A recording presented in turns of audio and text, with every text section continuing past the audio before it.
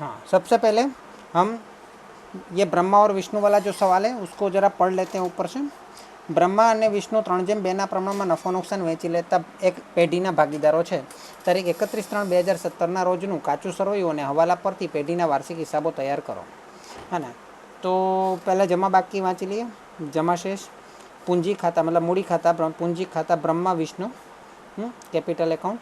ब्रह्मा की लोन दी हुई है, प्राप्त बट्टा दिया है, लेनदार दिया है, कमीशन दिया है, देनी उंडी दिया है, व्यापार खाता दिया है. ठीक है. उसके बाद ब्रह्मा विष्णु भाड़े पट्टे का मकान दिए, मशीनरी दी है, आप दिया मतलब दिया बट्टा है, देनदार है, जावक माल गाड़ी किराया, फर्नीचर और फिक्सर्स, वेतन, डूबत ऋण, लेनी उंडी, व्यापार खर्च, रोकड़ शेष और स्टॉक दिया है. ठीक है. तो यहाँ पे व्यापार खाते का दिया हुआ, व्यापार खाते का आंसर ही दिया है, मतलब व्यापार खाता बनाने की भी कोई आवश्यकता नहीं. हाँ, हो सकता है कि इसके अंदर समायोजन व्यापार खाते का दिया हो तो हमें सुधारा हुआ व्यापार खाता बनाना पड़ सकता है. ठीक है, देखते हैं, समायोजन देख लेते हैं पहले. सबसे पहले तो मशीनरी पर 6% और फर्नीचर और फिक्सर पर 20% घिसाई गिनना है. तो पहले मशीनरी और फर्नीचर और फिक्सर्स कहाँ पे आएगा, कहाँ पे आएगा? संपत्ति साइड में तो आएगा, लेकिन उसमें कहाँ पे आएगा? स्थिर संपत्ति में कि चालू संपत्ति में? स्थिर संपत्ति. स्थिर संपत्ति में क्या लिखूँ मैं? मशीनरी.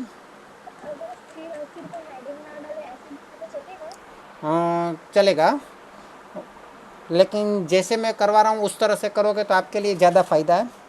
तो स्थिर संपत्ति ऐसा हेडिंग मारना जो है वो ज़रूरी नहीं है, लेकिन जितना हेडिंग आप मारोगे उतना आपको, केवल इस चैप्टर के लिए नहीं, इस चैप्टर के लिए तो फ़ायदा होने ही वाला है, लेकिन केवल इस चैप्टर के लिए नहीं, बाकी के अन्य चैप्टर्स के लिए भी आपको समझ में मतलब अंडरस्टैंडिंग आएगा तो बहुत अच्छा रहेगा, है ना. तो कॉन्सेप्ट क्लियर होता जाएगा धीरे धीरे, और ये जितना प्रैक्टिस आप करोगे ये हेडिंग का, टाइटल का, उतना आपके लिए अच्छा है ना. तो मशीनरी जो वो स्थायी संपत्ति 1 साल से अधिक समय तक रहने वाली है, इसलिए वहाँ पर स्थायी संपत्ति में लिखेंगे. और नीचे घिसाई कितना देना है? 6% करना है. ठीक है, तो नीचे लिख देते हैं घिसाई 6%. ठीक है, चलो. तो मशीनरी कितना दिया इनर कॉलम में लिख देते हैं. पहले कितना है? ऑफिस का है. ओके, ठीक है, ऑफिस का है, 50,000 का है. और घिसाई 6% गिनना है. तो 50,000 पे 6% कितना होता है? 3,000. 3,000 लिख देते हैं, है ना. तो 3,000. तो ये घिसाई जो है वो माइनस करने के बाद संपत्ति की वैल्यू कितनी रह जाएगी? 47,000. ओके, लेकिन ये घिसाई जो है वो हमारे लिए नुकसान है ना. तो ये संपत्ति साइड हमारा उधार शेष होता है सब. संपत्ति साइड हमारा क्या होता है? उधार शेष होता है. और उधार शेष में से हम माइनस कर रहे हैं उसको, है क्या कर रहे हैं? उसको माइनस कर रहे हैं. तो उधार शेष में से माइनस मतलब जमा शेष जमा हुआ, तो हमने जमा एंट्री किया, तो इसका अर्थ ये हुआ कि उसकी दूसरी उधार एंट्री बाकी है. उधार एंट्री मतलब कि हमें ये घिसाई को उधार एंट्री भी कहीं पे देनी होगी. हाँ, घिसाई कहाँ पे आएगी? नॉर्मली घिसाई जो है वो उसमें स्पष्ट दिया हुआ है, ऑफिस का ही है ना, इसलिए तो इसको यहाँ लाभानी खाते में लिखेंगे, लाभानी खाते में घिसाई लिखेंगे. तो इसमें मैं दोनों का अलग साथ में ले देता हूँ, घिसाई, है ना. तो घिसाई में पहला है मशीनरी का, कितना है? 3,000, है ना. दूसरा भी है ना साथ में, उसको साथ में लिख दूंगा. चलो, दूसरा क्या दिया है? फर्नीचर और फिक्सचर्स पे 20% घिसाई गिनना है. फर्नीचर और फिक्सचर्स वो भी हमारा स्थायी संपत्ति है.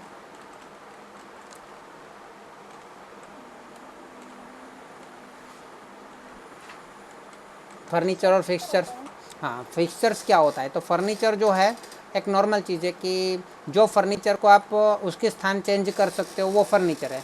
लेकिन जो फर्नीचर ऐसा होता है जो जैसे कि मतलब आपके किचन के अंदर नीचे जो दरवाजे किए होंगे, है ना, नीचे के खाने के अंदर वो फिट करके दिया होता है ना. फिर आपको मतलब जहाँ पे अभराई होती है मतलब वहाँ पे ऊपर वो भी दरवाजे बनाए होंगे, लेकिन वो सब फिट होते हैं, है ना. जो फिटिंग कर देते हैं उसको फिक्सचर्स बोलते हैं. ठीक है, जिसको हम मतलब उसके स्थान को बार बार हम चेंज नहीं कर सकते. फर्नीचर फिक्सचर्स से दोनों एक वैसे देखा जाए तो एक ही चीज़ है. तो फर्नीचर और फिक्सचर्स कितना दिया है? 5,000 दिया है. ठीक है, उसके ऊपर 1000 किसा आ रहा है, कितना प्रतिशत है, 20% है, 20%। ऐसा भी मैं लिख देता हूँ, 1000 की सही करूँगा तो बचेगा कितना, 4000 बचेगा। ठीक है, तो ये 1000 जो है वो उधार शेष में से माइनस किया, मतलब जमा एंट्री हमने किया 1000 का, और दूसरा एंट्री हमें क्या करना होगा, उधार एंट्री, जो कि हम लाभानी में करेंगे। तो 1000 करेंगे फर्नीचर और फिक्सचर्स पे,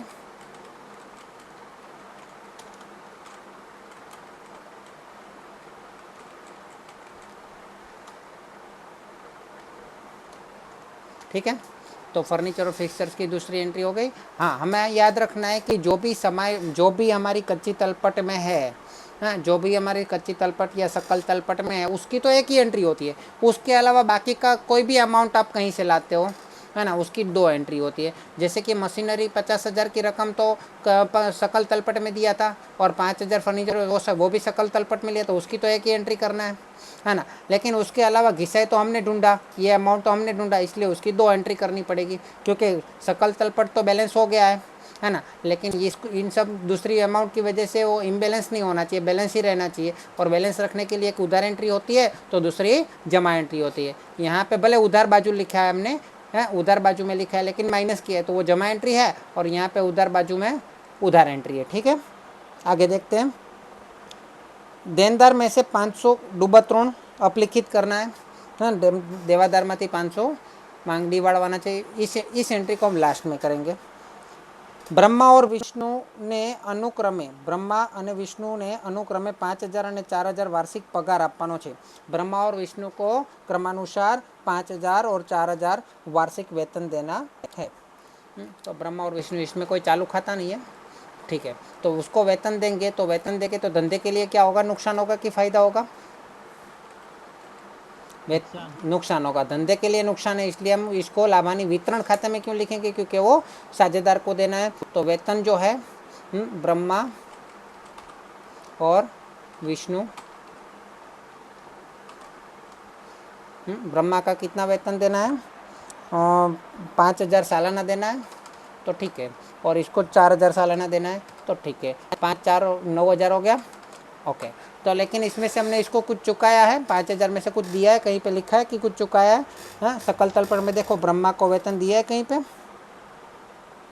नहीं दिया है ना। खाली वेतन लिखा है, वो ब्रह्मा या विष्णु का नहीं होगा। अगर ब्रह्मा या विष्णु का होगा तो उसका नाम लिखा होगा, ठीक है। विष्णु को भी कोई वेतन नहीं दिया, ब्रह्मा को भी कोई नहीं दिया है, मतलब ये दोनों हमारे लिए क्या होगा, दायित्व हो गया। दायित्व हो गया तो दायित्व साइड लिखना है, और यहाँ पे पूंजी खाते में दायित्व साइड मतलब हमारा जमा साइड, है ना। तो यहाँ पे ब्रह्मा और विष्णु में लिख देते हैं 5000 और 4000, है ना। ये वेतन चुकाना बाकी, क्या नहीं हो रहा है, तो वेतन जो है तो 5000 और 4000 हमने लिख दिया, जो कि चुकाना बाकी रहेगा, क्योंकि तभी इसको यहाँ पे लिखा जाएगा। अगर चुका दिया होता तो यहाँ पे लिखने की कोई ज़रूरत नहीं है।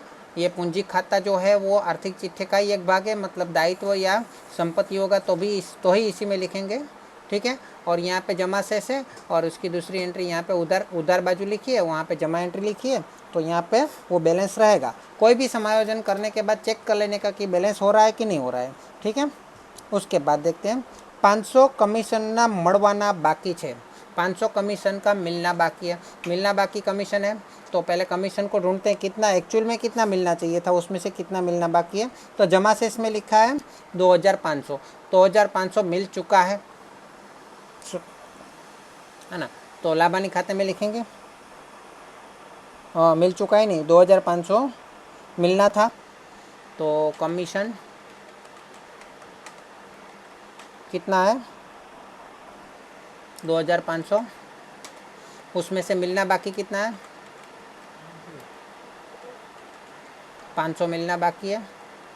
तो उसको हम क्या करेंगे, सॉरी 2500 मिल चुका है, उसमें से 500 मिलना बाकी है। टोटल कितना मिलना चाहिए 3000, है ना। उसमें से कमीशन कितना मिल चुका है, कच्ची तलपट में जो हो चुका है वही है, भूतकाल की बात है, और आर्थिक चिट्ठे में भविष्यकाल की बात है ना। तो कमीशन में 2500 मिल चुका है और 500 मिलना बाकी है, भविष्य की बात है।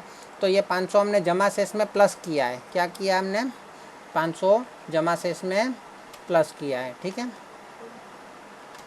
जमा शेष में प्लस किए मतलब वो जमा शेष, तो इसकी दूसरी एंट्री कहाँ पे होनी चाहिए, उधार एंट्री होनी चाहिए, उधार एंट्री होनी चाहिए, है ना। तो उधार एंट्री होनी चाहिए, तो आर्थिक चिट्ठे में उसकी उधार एंट्री कहाँ होगी, उधार एंट्री मतलब संपत्ति साइड, और संपत्ति साइड मतलब यहाँ पे हमारा ये मिलना बाकी है, तो वैसे भी लेना हो जाएगा। मिलना बाकी अर्थात क्या, हमारे लिए लेना, है ना। हमने किसी को कुछ दिया है, कुछ कोई सेवा की है, हमने किसी को कुछ हेल्प किया है, उसके बदले में हमको कमीशन मिलेगा। तो कमीशन मिला नहीं है, मिलना बाकी है, बाकी है, इसलिए हमारा लेना हो जाएगा। और ये छोटी छोटी रकम होती है, छोटे छोटे समय के लिए होती है, 1 साल के अंदर अंदर के लिए, तो इसलिए वो चालू संपत्ति में आएगा। चालू संपत्ति,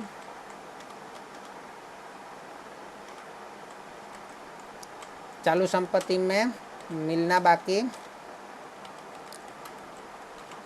कमीशन कितना है, 500 रुपया।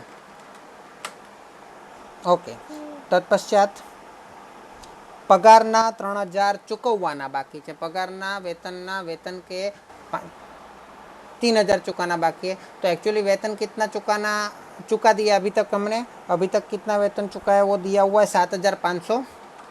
वेतन का कितना चुकाया है, 7500, ठीक है। और कितना चुकाना बाकी है वो प्लस करेंगे, है ना, चुकाना बाकी है। तो कुल वेतन कितना हो गया, कुल वेतन कितना हो जाएगा, 10,500। टोटल वेतन पूरे साल में 10,500 चुकाना था, उसमें से 7,500 चुका दिया है और 3,000 चुकाना बाकी है। चुकाना बाकी है तो हमारे लिए क्या हो जाएगा, दायित्व होगा कि लेना होगा, दायित्व होगा। दायित्व होगा तो दायित्व हमारा कौन सा शेष होता है, जमा शेष होता है। लिखते हैं मतलब भले लेफ्ट साइड, लेकिन ये जमा शेष होता है, इसमें थोड़ा उल्टा होता है ना। अच्छा, और वेतन जो है यहाँ पे कौन सी एंट्री हुई, उधर शेष हुई, और यहाँ पे कौन सी एंट्री होनी है, जमा शेष, जमा एंट्री होनी है। तो जमा एंट्री हो रही है, सही बात है, दायित्व है ना। तो चालू दायित्व होगा, चालू दायित्व में हमें लिखना है चुकाना बाकी वेतन, चुकाना बाकी वेतन कितना होगा, 3,000, ठीक है। चलो, उसके बाद समायोजन तो हो गया, एक समायोजन बाकी है, उसको पहले कर देते हैं। अभी देनदार वाला पॉइंट देखते हैं, कहीं पे उसमें कुछ दिया तो नहीं है, देनदार 40,000 दिया है ना। ओके, कोई बात नहीं, तो वही पॉइंट हम कर लेते हैं। देनदारों में से 500 गालखाद मांडी वालों, देनदार में से 500 डूबत ऋण का अपलिखित करना है। तो चालू संपत्ति में देनदार लिखना होता है। देनदार, देनदार कितना दिया है पहले इंटर कॉलम में लिख लेते हैं, 40,000, ठीक है। ये 40,000 लिखने के बाद उसका डूबत ऋण माइनस करेंगे, अपलिखित करना है तो डूबत ऋण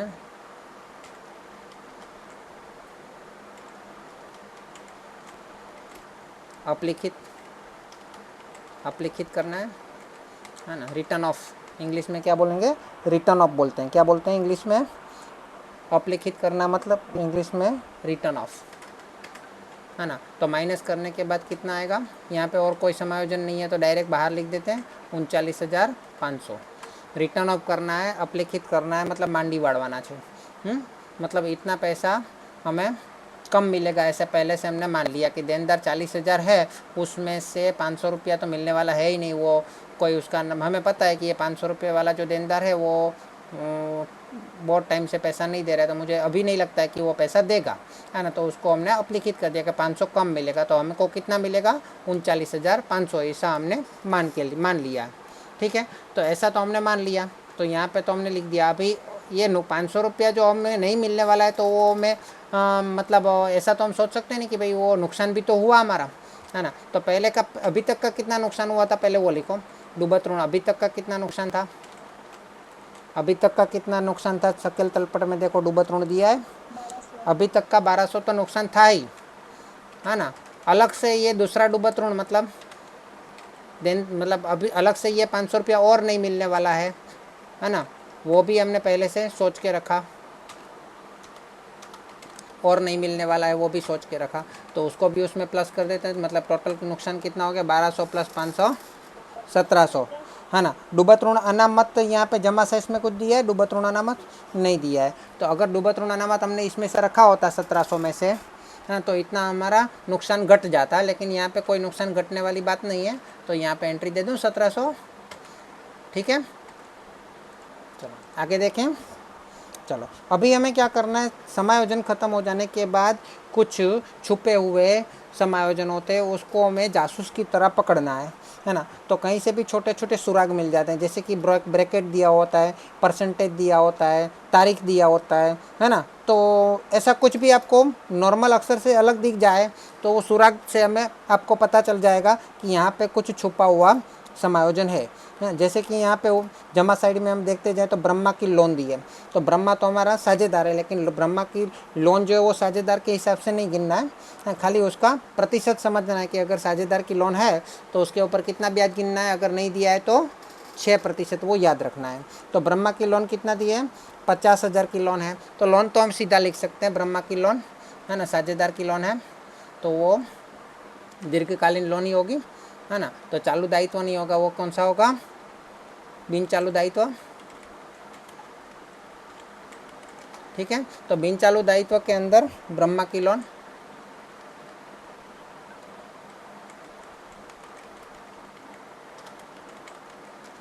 ठीक है, तो ब्रह्मा की लोन कितनी है वो सीधा हम बाहर लिख सकते हैं, 50,000 की।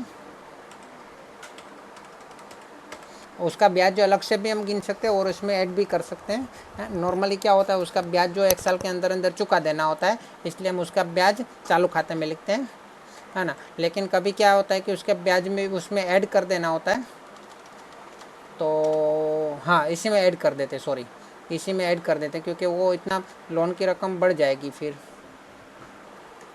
चलो ठीक है, इसमें ऐड कर देते हैं। तो ब्रह्मा की लोन पर ब्याज कितना होगा, 50,000 है। हाँ 50,000 है। पहले देख लेते हैं कोई ब्याज मिला है कि नहीं, सामने की साइड देखो कोई ब्याज लिखा है सामने की साइड में,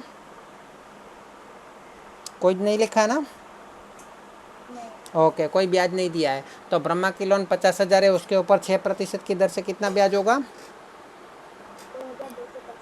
6% के दर से 6×5 = 3,000 होना चाहिए, लेकिन यहाँ पे तारीख दी है 1/7/2016, तो 7वां में 8वां 9वां 10वां 11वां 12वां, पहला दूसरा तीसरा 9 महीने का गिनना है। तो जो हमारा 3,000 लोन 3,000 हो रहा था, उसको 9 महीने के 9 महीने में कन्वर्ट करें तो गुणा 9/12, गुणा 9/12 करेंगे तो 2,250 आएगा। तो ब्रह्मा की लोन पे ब्याज, है ना, वो धंधे के लिए हमें उसको लोन का ब्याज चुकाना पड़ेगा, तो वो हमारा अलग से साझेदार का हिसाब से नहीं गिनेंगे, इसलिए लाभानी वितरण में नहीं लिखेंगे, लाभानी खाते में लिखेंगे ब्रह्मा की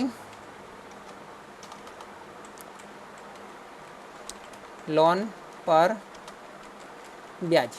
ब्रह्मा की लोन पर ब्याज कितना है, 2,250, उसमें से कुछ चुकाया नहीं है ना, तो पूरा का पूरा चुकाना बाकी है।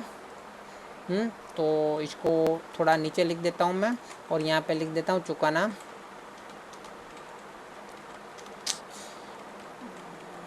बाकी, चुकाना बाकी है, तो इसमें ऐड कर देता हूँ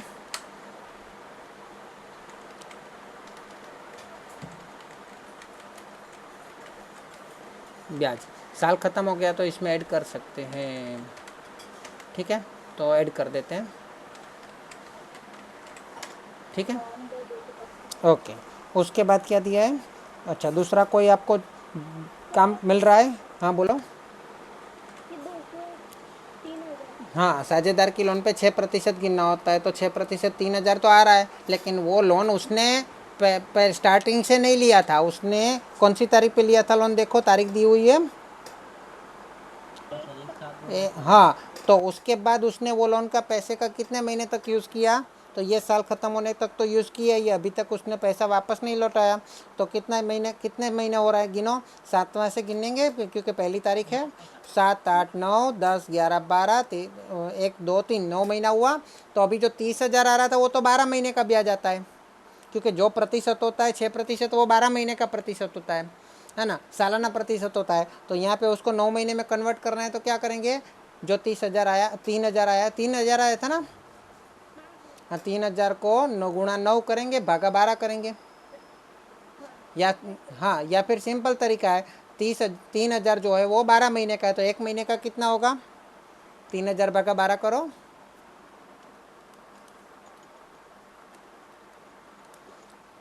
250।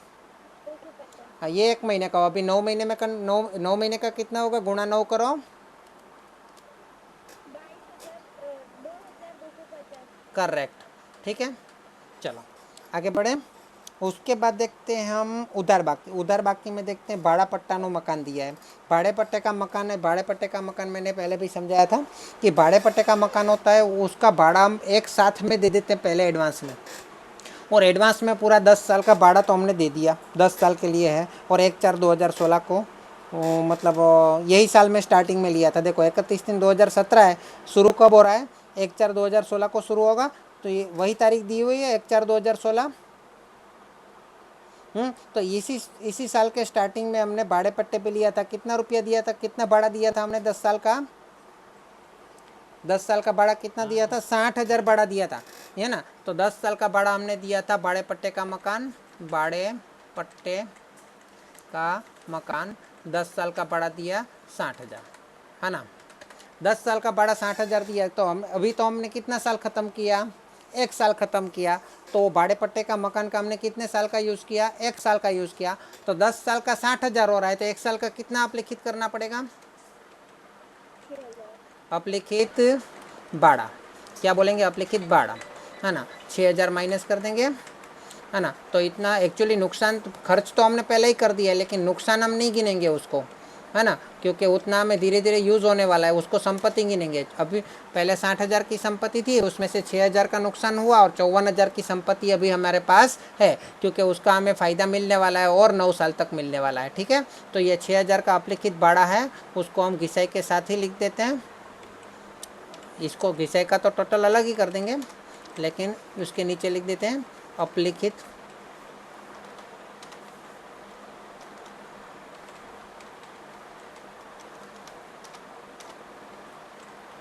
भाड़ा कितना? 6,000। ठीक है, उसके बाद देख लेते हैं मशीनरी ऑफिस का दिया है, वो तो हमने कर दिया। स्टॉक दिया है 31/3/2017 का दिया है, तो कौन सा स्टॉक है? 31/3/2017 का मतलब अंतिम स्टॉक होगा, है ना। एक ही स्टॉक है, और कच्ची तलपट में ये तो ज़्यादातर अंतिम स्टॉक ही होगा, क्योंकि प्रारंभिक स्टॉक का एंट्री तो ऑलरेडी उसने व्यापार खाते में कर दिया, और उसका आंसर भी हमको दे दिया है। तो स्टॉक या फिर अंतिम स्टॉक कहाँ पे लिखेंगे? चालू संपत्ति में, है ना। वो हमारी संपत्ति है छोटी सी, कितना है? 73,000, 73,000।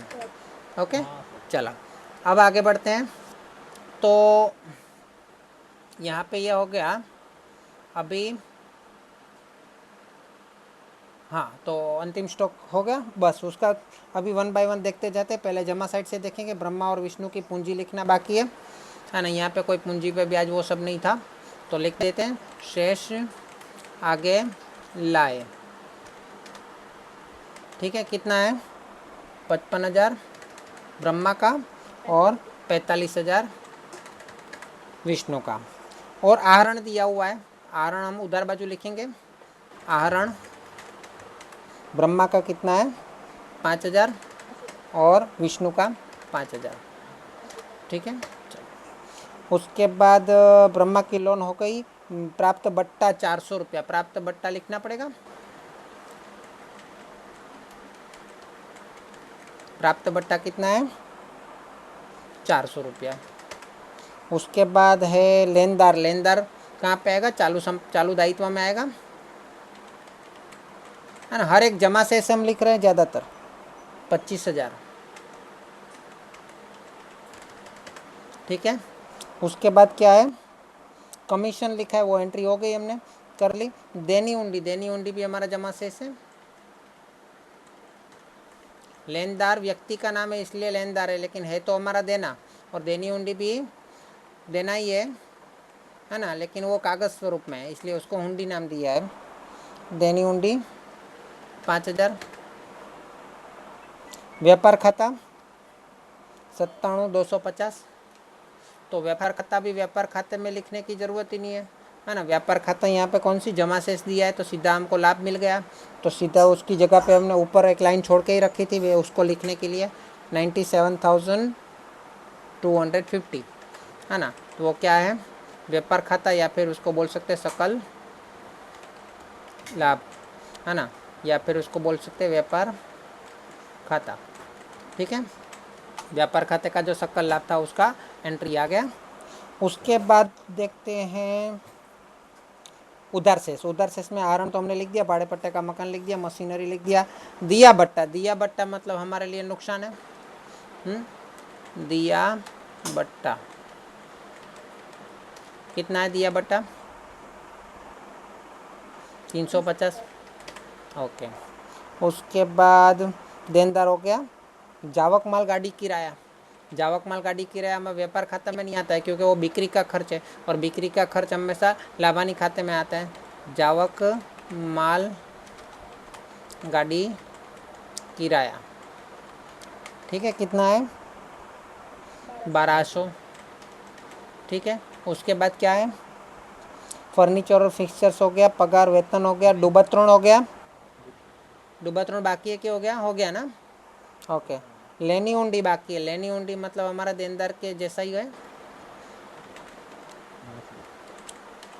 देनदार का एक दूसरा रूप है लेनी उंडी।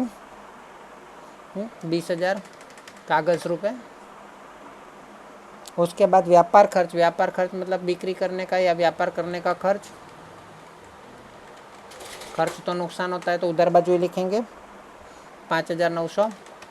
उसके बाद क्या दिया है, रोकड़ शेष दिया है। रोकड़ शेष हमारा चालू संपत्ति है। रोकड़ शेष कितना है 6,000। उसके बाद क्या है, स्टॉक, स्टॉक कितना है 73,000। उसकी एंट्री तो कर दी ना हमें। तो यहाँ पे ख़त्म हो गया, एंट्री तो सब खत्म हो गया। अभी हमें टोटल करना है, और ब्रह्मा और विष्णु 3:2 के अनुपात में लाभानी बांटने वाले साझेदार हैं, तो 3:2 में उसको बांटते हैं। ठीक है, तो यहाँ पे पहले देख लेते हैं कि जमा शेष का टोटल कितना आ रहा है। चलो, जमा शेष का टोटल कितना आ रहा है, 1,06,50 आ रहा है।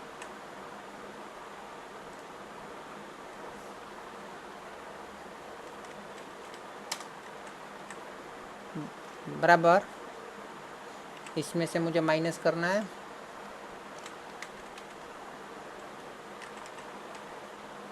ये सब का टोटल कितना आ रहा है, 68,750 आ रहा है।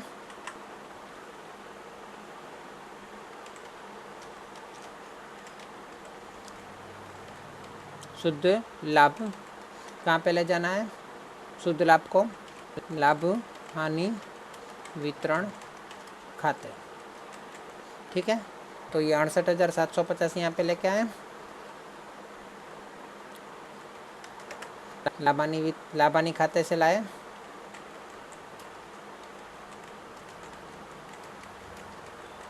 क्या लाए, शुद्ध लाभ। ठीक है, चलो ये हो गया।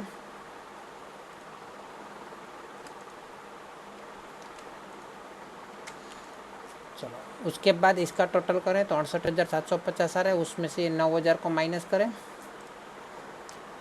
9,000 को माइनस करें।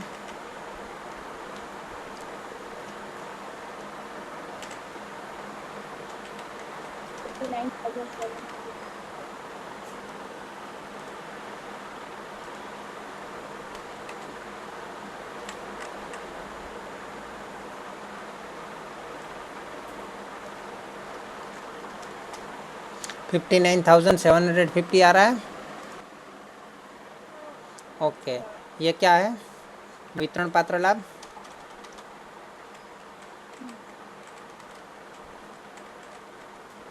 इसको कहाँ पे ले जाना है, पूंजी खाते। किस किस को बांटना है, वितरण करना है ब्रह्मा और विष्णु को।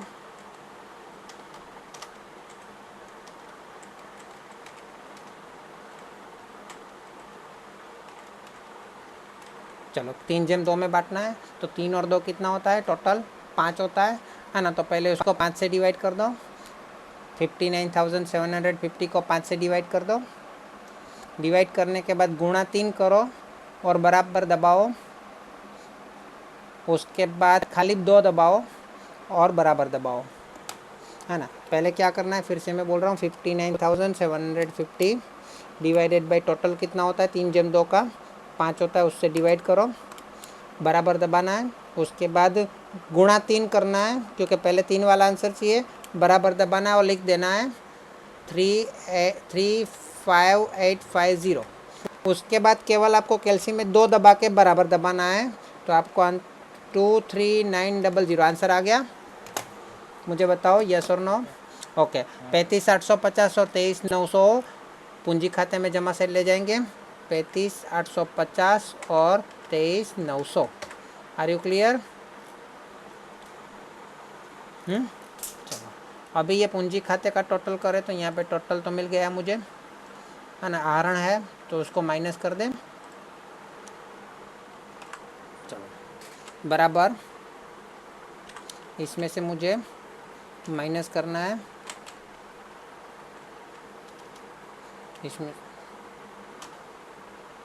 इसमें से माइनस करना है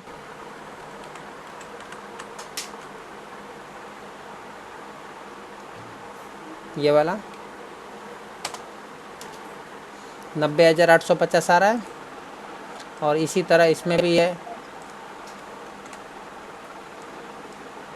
67,900 आ रहा है। शेष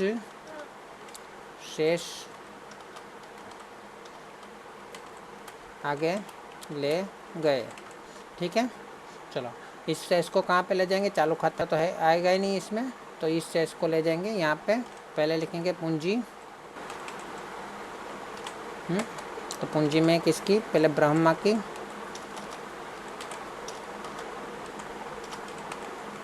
ब्रह्मा की पूंजी कितनी है 90,850। डायरेक्ट बाहर लिख देंगे, इसमें कोई ज़रूरत नहीं है अंदर लिखने की, ठीक है। और विष्णु की